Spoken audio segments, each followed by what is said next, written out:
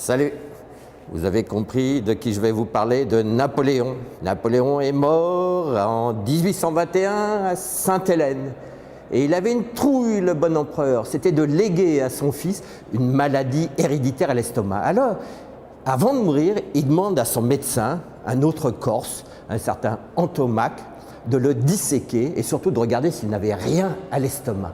Et cette trousse de dissection, elle est ici, au musée historique de la médecine. Suivez-moi, on va voir ces petits instruments.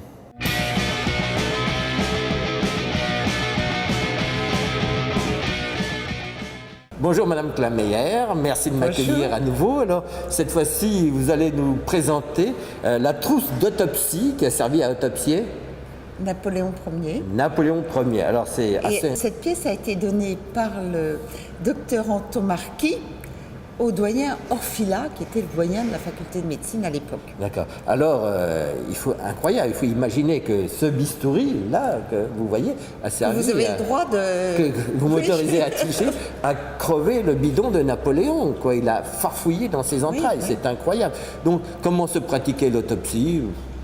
Il l'ouvrait, il examinait les organes.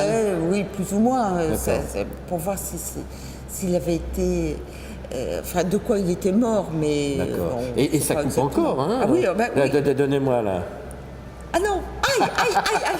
Non, alors je crois que Napoléon, il avait la trouille de refiler une maladie qu'il avait à l'estomac, il pensait que ça pouvait être héréditaire, il avait peur de la refiler à son fiston, le duc de Reichstadt. Donc c'est pour ça qu'il a demandé à son médecin, en qui il n'avait pas totalement confiance pour le soigner vivant, mais il avait confiance en lui pour l'autopsier. C'est assez amusant.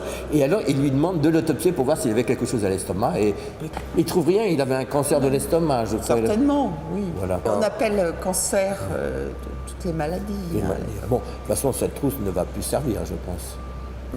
Peut-être, je ne sais pas, on m'a dit que Sarkozy était intéressé, mais bon, je ne sais pas. Il ne faut pas le dire. Voilà, bon, on va remettre. En tout cas, Madame Clameyer, merci beaucoup. Je vous en prie. À bientôt peut-être. Et à très bientôt, mais oui.